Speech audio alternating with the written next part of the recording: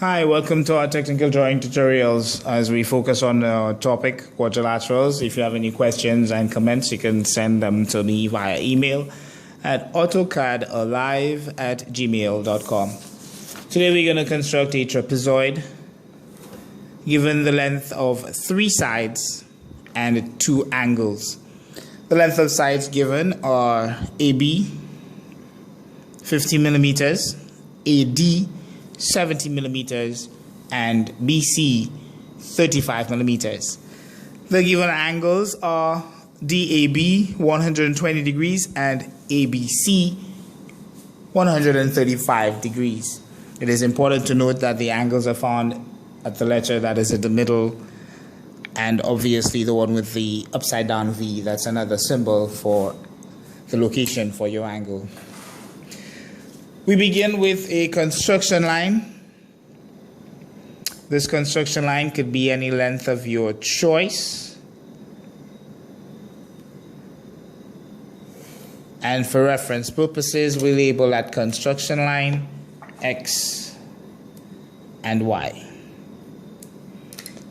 We move on from there by locating the base of our trapezoid, and I will use our 50 millimeter side AB as the required base for the trapezoid. So we open our compass to that distance, and so we begin with the compass pivot point on the 5 centimeter mark, which is the equivalent for 50 millimeters.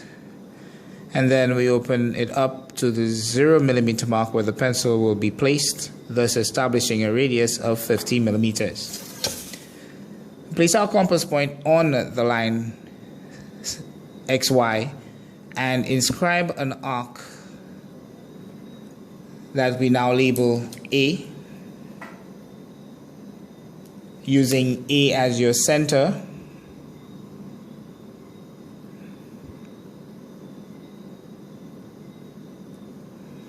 We're going to inscribe another, which will take us back to the origin, and that provides us with point B. One may question, why not place your ruler and measure 50 millimeters and get 2 points on that line AB? I prefer to use the arc over, and I will permit me to demonstrate in this bottom section here. I prefer to use an arc over a dot, because with a dot you have to make it big enough so it will stand out on that line. And depending on how sharp your compass pivot point is, you'd be able to at least get more than one arc inscribed from that same dot. And that is going to affect your accuracy level tremendously. You can see how thick this arc is getting already.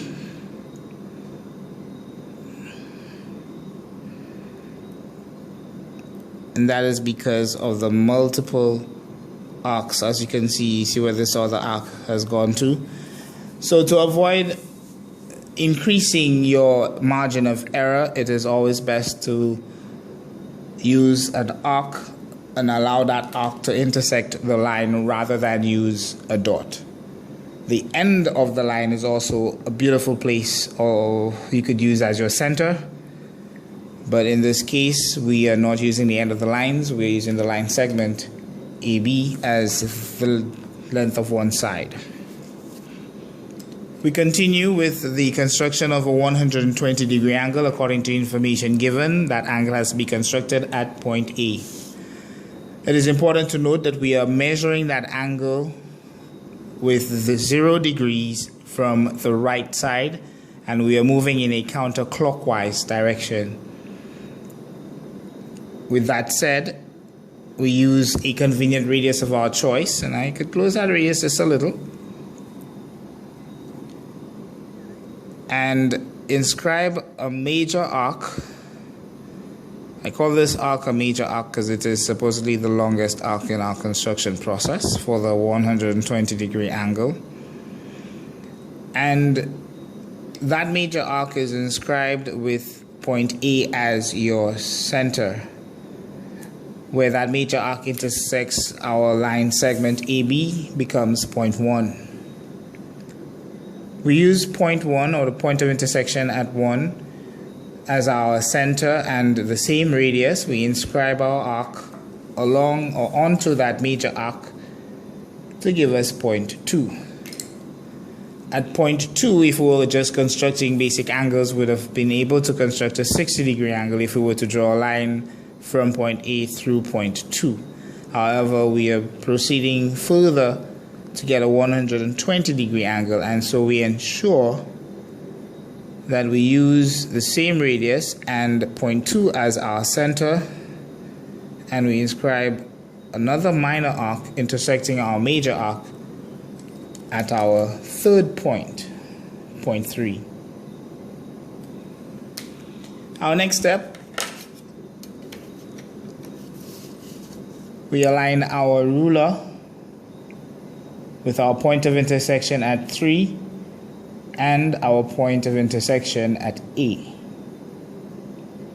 Carefully, this is very important. You don't want to rush that step because it will affect your accuracy.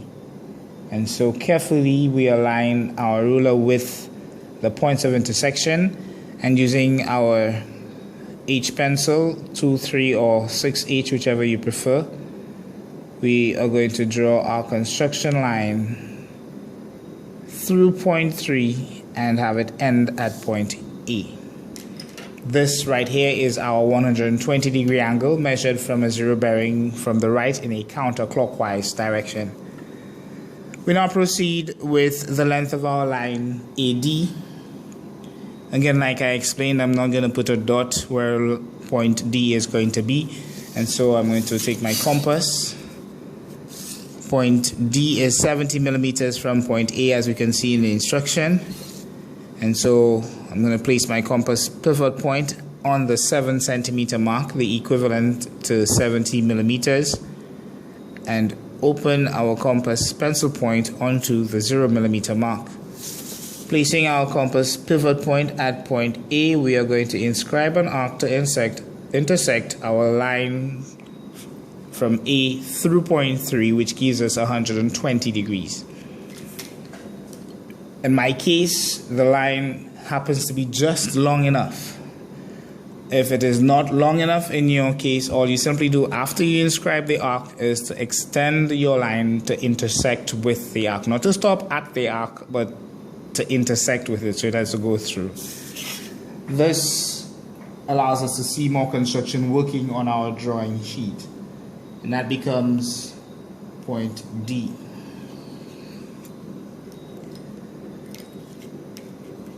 A gentle reminder, we do not darken our required sides unless we have completed our drawing.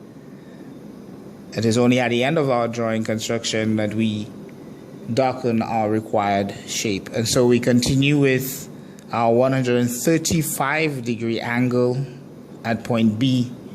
And so we move to point B. This time we are changing our zero bearing, the angle from which the direction from which we are going to measure our angle, and so we are going to measure it with the 0 degrees from the left in a clockwise direction. So we move to our compass point at point B. Select a convenient radius of our choice.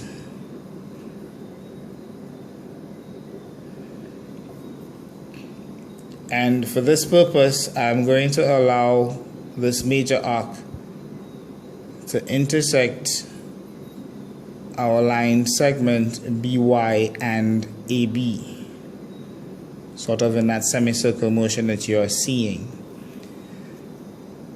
We know that this line is 180 degrees. We also know that if we add 15 degrees to 120 degrees, we will get 135 degrees. And so we're going to make our work a lot easier for us by inscribing an arc using the same radius from point 1, as we already know, to obtain point 2. So this minor arc intersects our major arc drawn from point B, and this minor arc drawn from point 1 intersects our major arc at point 2. Without the extended piece of that line, we would not have been able to do that. And so what we would have to do is construct a 180 degree angle and then bisect the latter 60, which we are now doing. So it pays to draw your construction line at any length of your choice before the actual construction begins. And so I'm going to extend my arc from point 2. Use point 2 now as my radius, as my center, and the distance 1, 2 as my radius. I'm going to inscribe an arc that is going to intersect the previous arc, the extension of point 2 at point 3. That gives us 30 degrees. At present, remember, we are measuring with a 0 degree bearing from the left in a clockwise direction. So at present, this angle that we are looking at is not 30 degrees, but 120 degrees plus 30 degrees, which is 150 degrees. What we are looking for is 135 degrees, and so we need to bisect the upper 30 degree angle to get 15 degrees, which we are going to add to the existing 120 degree angle. And to do so, we need to use point 4 as our center, a convenient radius of our choice, or the same radius, whichever you decide. However, it must be the same as you draw your arcs or inscribe your arcs from points 4 and from point 2. I kept the same radius, and so it created an extension of the arc that intersected at point 3. And that gives us point 5.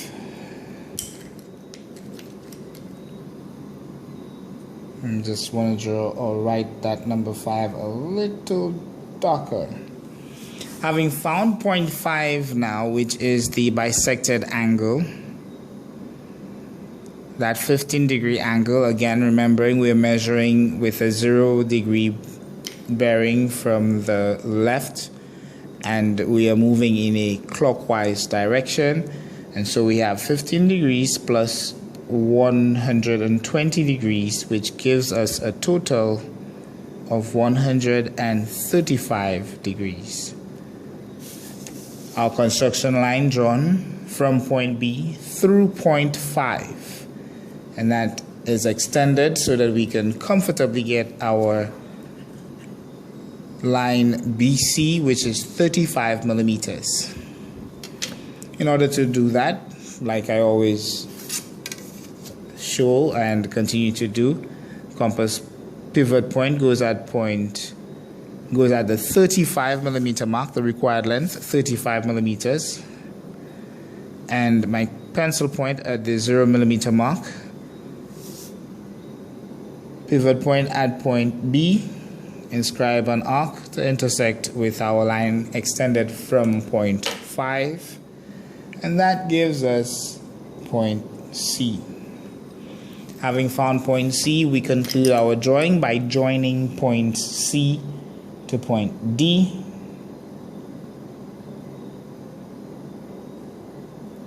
Again, you want to carefully place your ruler, set square or straight edge at the 2 points as close as possible in order for us to get our line joining C to D. And then, satisfied with our drawing and its accuracy, we are going to darken our sides AB. Again, you want to make sure that your ruler is in position to avoid double lines or drawing a line out of synchronization with what is already there. Join B to C with an object line, and then joining C to D, or darkening our line CD, and then our line AD.